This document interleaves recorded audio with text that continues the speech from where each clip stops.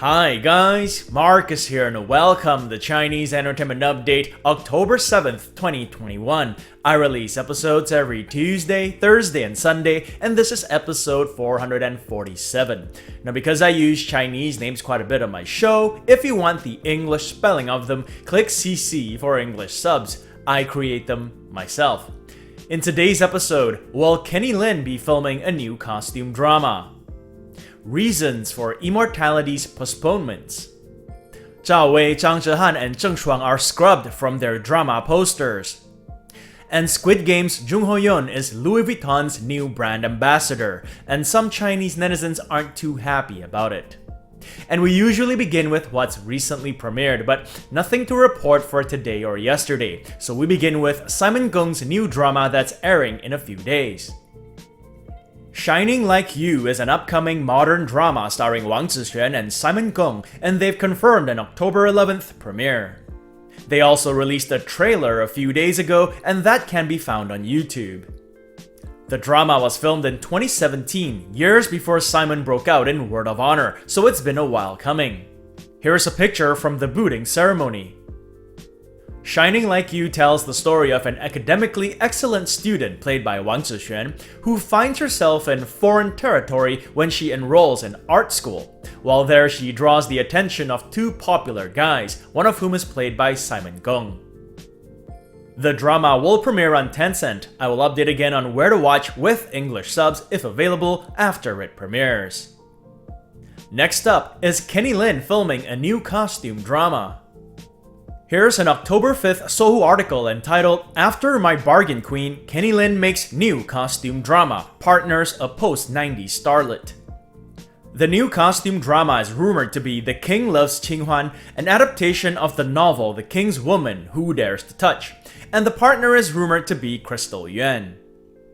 A search on Weibo will return several posts saying that the project and its stars are a done deal, but because there hasn't been any official announcement by the drama, I'll treat it as a rumor for now. Kenny Lin's last costume drama was the super popular Princess Agents back in 2017. Since then, fans have been clamoring for a Princess Agents sequel, or if not that, at least another costume drama.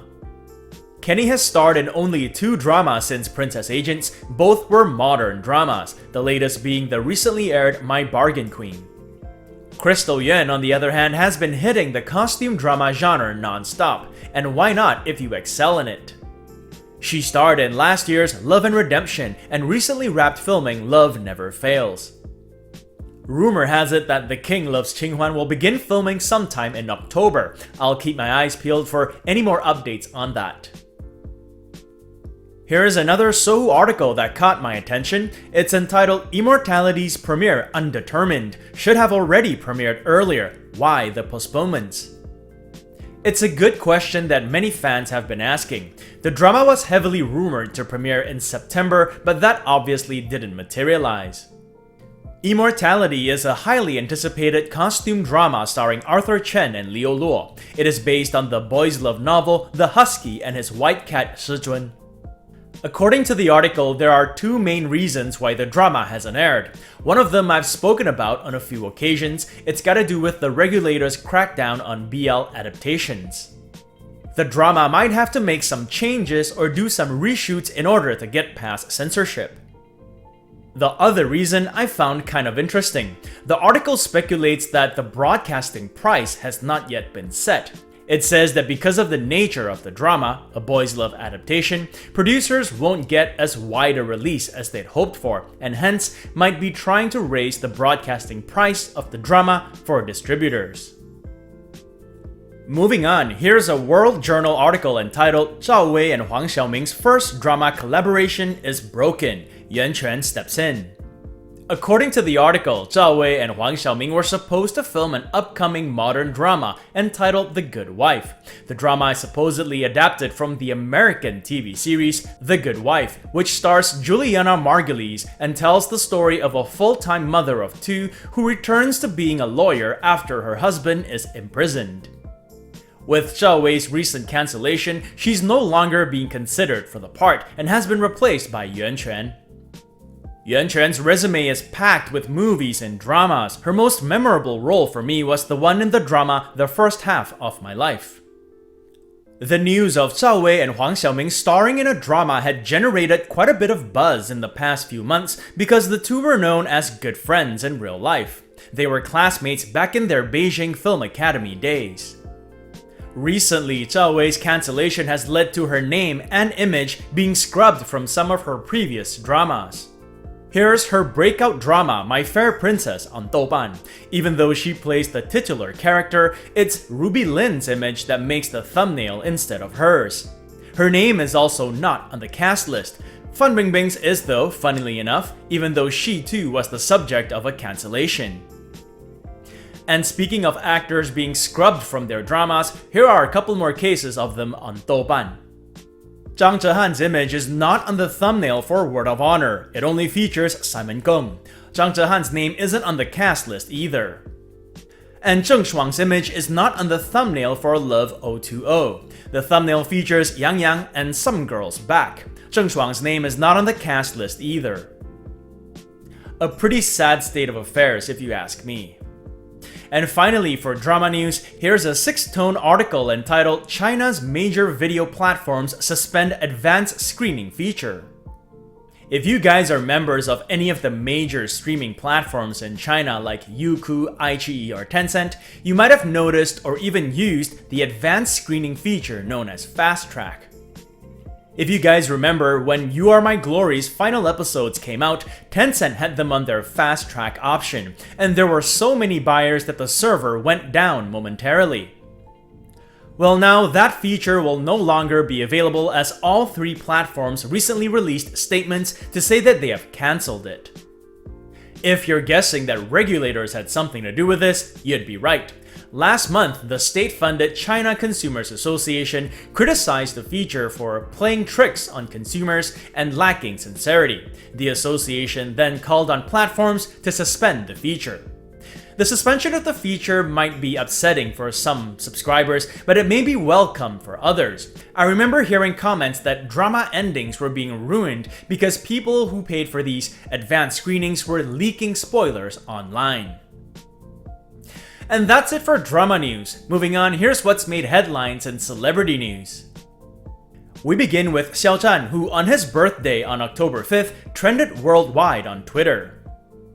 So I spoke about Xiao Zhan's birthday in my last episode, but what I didn't touch on was what a hot topic it was on Twitter. Here's a tweet from Xiao Zhan Charts showing how some of the star's hashtags were trending on the day.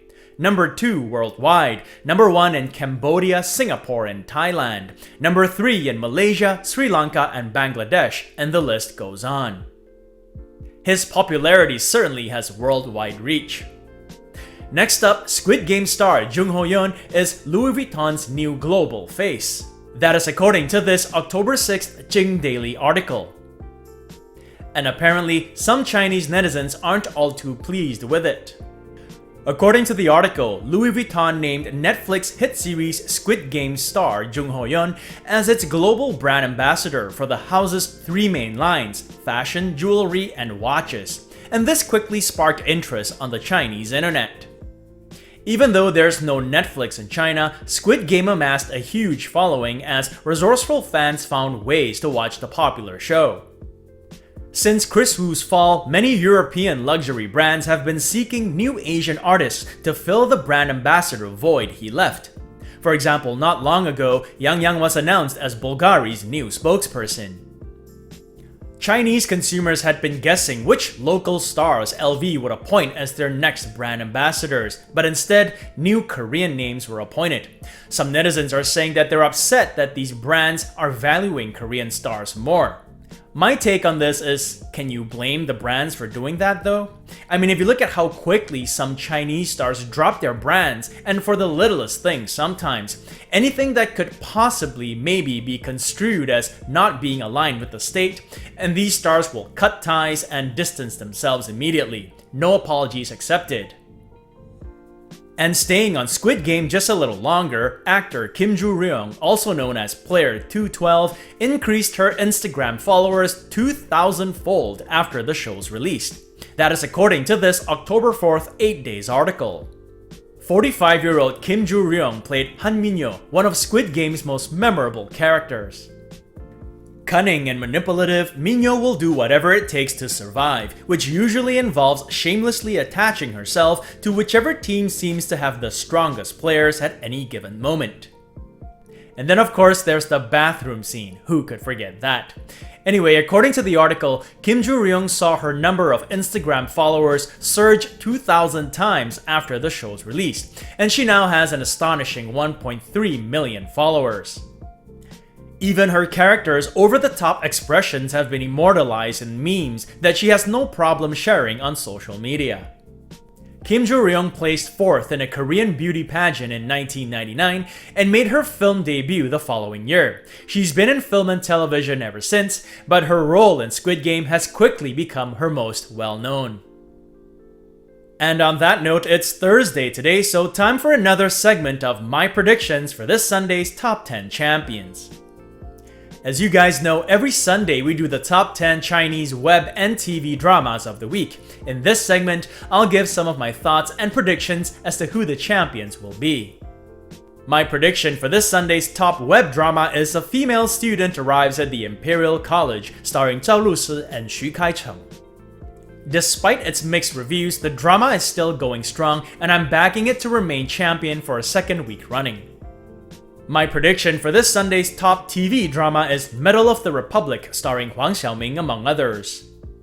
The media has been pumping this patriotic drama quite hard. It'll very likely be champion for the first time since its premiere.